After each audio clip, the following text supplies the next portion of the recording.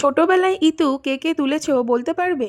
আমরা যখন ছোট ছিলাম তখন পাড়ার সব মেয়েরা, কাকিমা, জেঠিমারা মিলে ইতু তোলার একটা রেওয়াজ ছিল এবং সেটা আজও হয়ে আসছে। আর এই যে এখানে তোমরা যাকে দেখছো ওনাদের বাড়িতেই আমরা গাছ আনতে গেছিলাম। আর ওনাদের গাছে এই যে যেগুলো দেখছো তোমরা এখন, এগুলো কি বলো তো, করে বলো দেখি।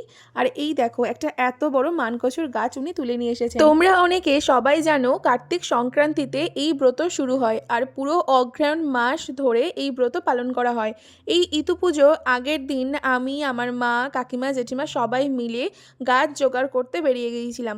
আর এই বছর অনেকে থাকতে পারেনি, আবার কিছু জনের বিয়েও হয়ে গেছে, তো আমরা 4-5 জন মিলেই সবটা করেছিলাম। এই ইতু পুজোর নিয়ম সব জায়গায় সমান না, তো যাদের যেখানে যেরকম নিয়ম আর কি। তো আমাদের এখানে নিয়ম অনুযায়ী 5টা গাছ আমাদের দরকার, যেমন মানকচু, কচু গাছ, কলমিলতা, হলুদ এবং কাজল লতা, এই 5টা গাছই যথেষ্ট। এরপর সন্ধ্যের দিকে আমরা দোকান থেকে মাটির সরা, ঘট, যা যা দরকার কিনে নিয়ে আসি। পরের দিন সকালে স্নান টান করে পুকুর পাড়ের দিকেই যাচ্ছিলাম, আর মা জোর করে পায়ে আলতা পরতে বলেছে, কেমন লাগছে জানিও তো।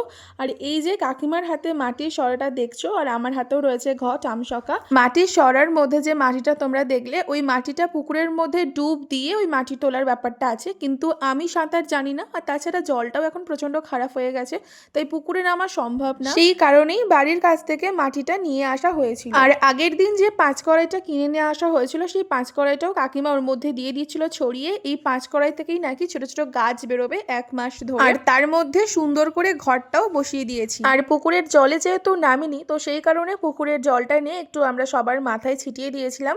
আর এই যে মাটির সরার মধ্যে দেখছো মাটিটা দিয়ে, তার মধ্যে কাকিমা গাছ টাছগুলো দিয়ে আমি জল টল দিয়ে খুব সুন্দর করে বসিয়ে দিয়েছি। এইভাবেই বসাতে হবে, আর এইভাবে ইতুটাকে মাথায় করে নিয়ে রাখতে হবে আমাদের মা কালীর মন্দিরে 1 মাস পর্যন্ত।